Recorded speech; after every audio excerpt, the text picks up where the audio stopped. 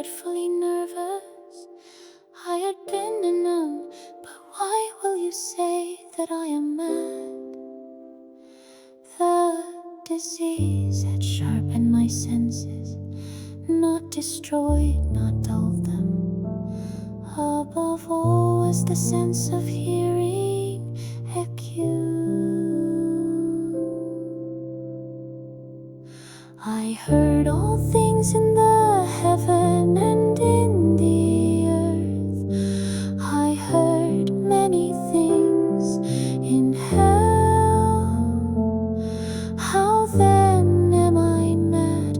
Hearken and observe how healthily, how calmly I can tell you the whole story. It is impossible to say how first the idea entered my brain, but once conceived, it haunted me day and night. Object, there was none; passion, there was none. I loved the old man, he had never wronged me, he had never given me insult for his gold. I had no desire, I think it was his eye, yes it was this. One of his eyes resembled that of a vulture, a pale blue eye with a film over it.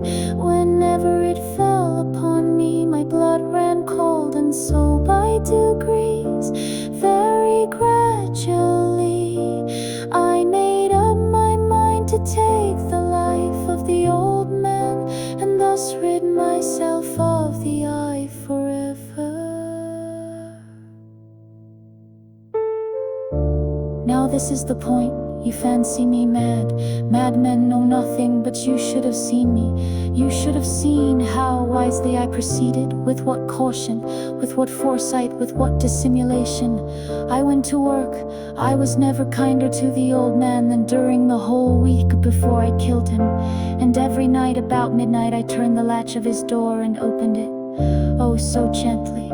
And then, when I had made an opening sufficient for my head, I put in a dark lantern, all close, so that no light shone out, and then I thrust in my head. Oh, you would have laughed to see how cunningly I thrust it in. I moved it slowly, very, very slowly, so that I might not disturb the old man's sleep. It took me an hour to place my whole head within the opening, so far that I could see him as he lay upon his bed. Ah, would a madman have been so wise as this? And then when my head was well in the room, I undid the lantern cautiously, oh so cautiously, cautiously. I undid it just so much that a single thin ray fell upon the vulture eye, and this I did for 7 long nights, every night just at midnight. But I found the eye always closed, and so it was impossible to do the work, for it was not the old man who vexed me, but his evil eye. And every morning when the day broke, I went boldly into the chamber and spoke courageously to him, calling him by name in a hearty tone, and inquiring how he had passed the night. So you see, he would have been a very profound old man indeed to suspect that every night just at 12 I looked in upon him while he slept. Upon the 8th night I was more than usually cautious in opening the door.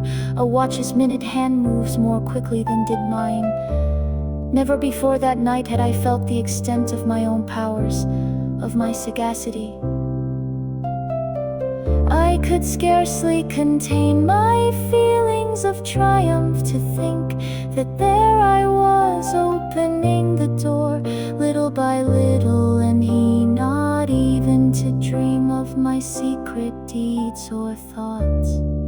I fairly chuckled at the idea, and perhaps he heard me, for he moved moved on the bed suddenly as if startled. Now you may think that I drew back, but no, his room was as black as pitch with a thick darkness, for the shutters were close fastened through fear of robbers, and so I knew that he could not see the opening of the door. And I kept pushing it on steadily, steadily. I had my head in and was about to open the lantern when my thumb slipped upon the tin fastening, and the old man sprang up in the bed, crying out, "Who's there?" I kept quite still and said nothing for a whole hour. I did not move a muscle, and in the meantime I did not hear him lie down. He was still sitting up in the bed listening, just as I have done night after night, hearkening to the death watches in the wall. Presently I heard a slight groan, and I knew it was the groan of mortal terror. It was not a groan of pain or of grief. Oh no, it was the low stifled sound that arises from the bottom of the soul when overcharged with awe. I knew the sound well. Many a night, just at midnight, when all the world slept, it has welled up from my own bosom, deepening with its dreadful echo the terrors that distracted me.